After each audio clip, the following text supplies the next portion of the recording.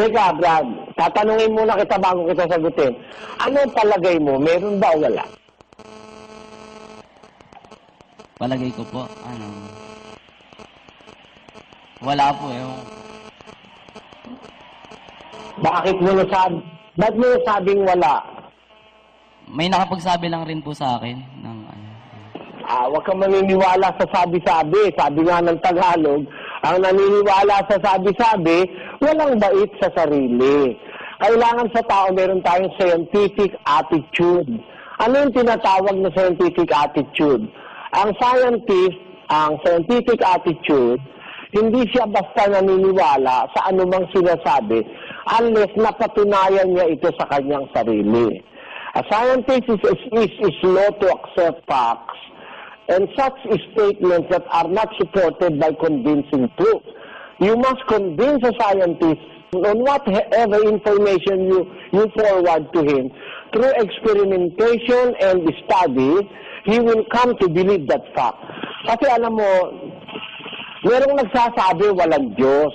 Tanungin natin sa Biblia, sino ba ang nagsasabi na walang Diyos? Pakinggan mo sa 53:1 ng awit, ganito ating mababasa. Ang mangmang ay nagsabi sa puso niya, walang Diyos. Ayan. Ang mangmangang wika ay nagsabi sa kanyang puso, walang Diyos. Nakita mo, kapatid? Mangmang lang ang nagsasabing walang Diyos. Let us read that in English. The fool hath said in his heart, there is no God. Corrupt are they, and have done abominable iniquity. Ayan, ang sabi ng Biblia, the fool hath said in his heart, there is no God. Dijo el loco en su corazón. Alam mo kasi kung bakit ganito, bibigyan kita halimbawa, kapatid, Ano yung hawak mo ngayon nung tinatanong mo ako, kapatid? Biblia po, tsaka mic. Ayan. Yung mic na yan, may gumawa ba yan? Wala. Meron po.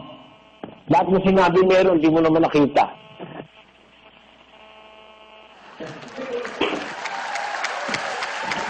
Sige, kapatid, sagutin mo. Huwag kang mahiya. Bakit mo sinabi meron? Di mo naman nakita nung gawin. Wala lang po. Ako sasagot, Kung ba't mo sinabing meron? Kasi it is a common knowledge, isang pangkaraniwang kaalaman na hindi magkakaroon ng mic kung siyang mag-isa niya, walang gagawa sa kanya. Tama? Ayan. Hindi kaya ng, basta kahit maghukay ka sa lahat ng bundok sa Africa, wala kang mahuhukay na mic kung walang gumawa niyan, ano? Ngayon, ganito, kung yung mic na walang buhay, tinatatakbo lang ng kuryente, gawa sa bakal at plastic, kaya nagkaroon, may gumawa. Alin ang mas komplikado? Yung mic o ikaw? Mas komplikado po. Alin ang mas komplikado ang pagkakagawa? Yung mic o ikaw? Yung mic po.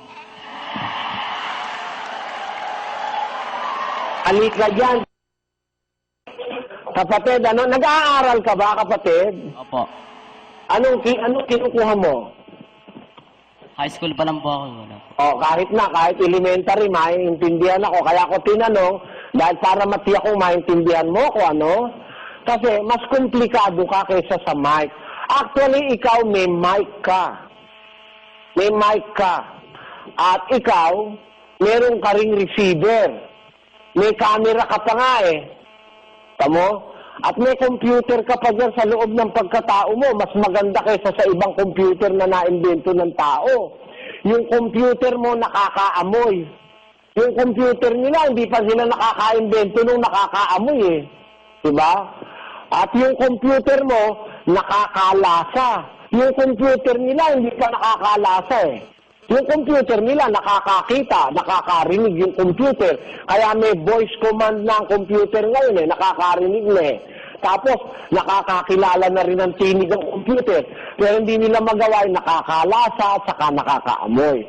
So, mas maganda yung computer na nasa iyo. Alin ngayon ang mas komplikado? Yung mic o ikaw? Ako po. ikaw pala eh.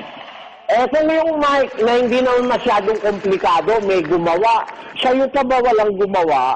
Siyempre, mas may gumawa sa'yo. At kung may gumawa sa'yo, mas komplikado ang universo.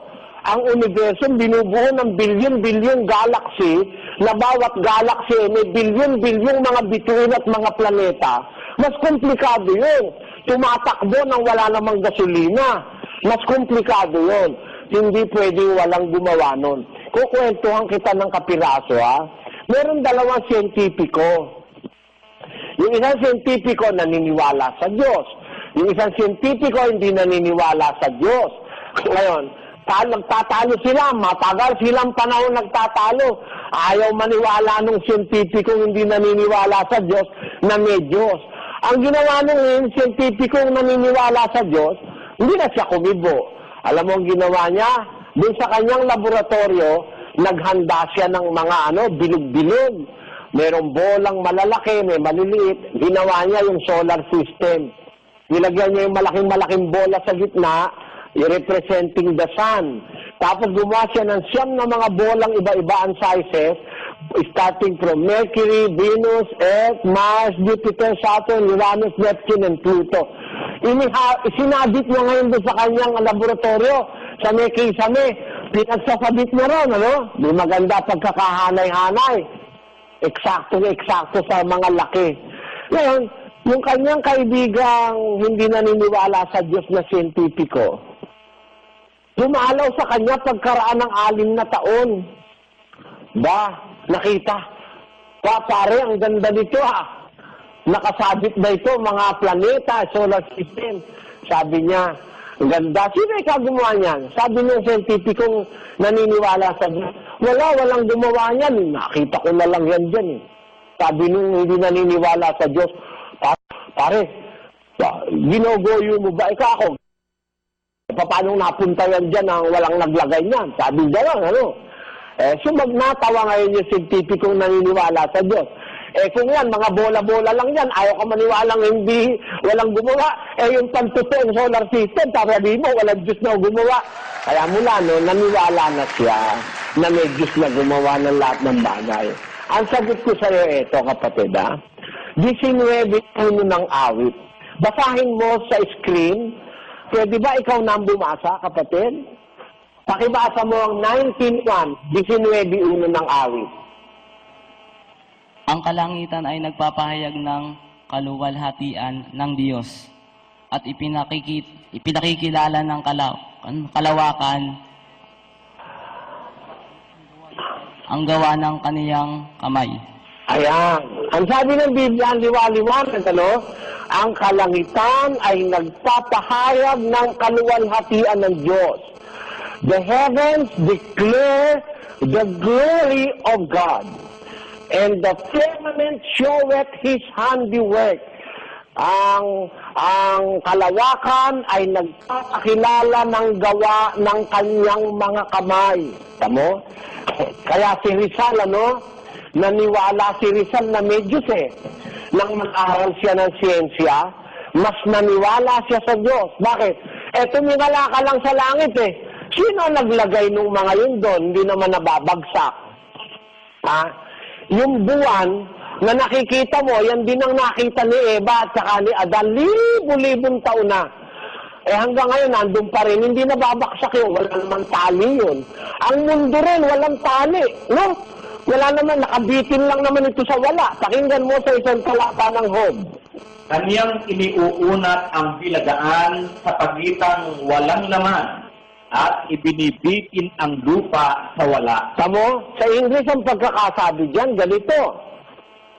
He stretcheth out the north over the empty place, and hangeth the earth upon nothing. Nakita mo yun? Hangeth the earth upon nothing. Tamo, walang nakabitin ng mundo sa wala namang tali, wala namang kadena, wala namang pisi.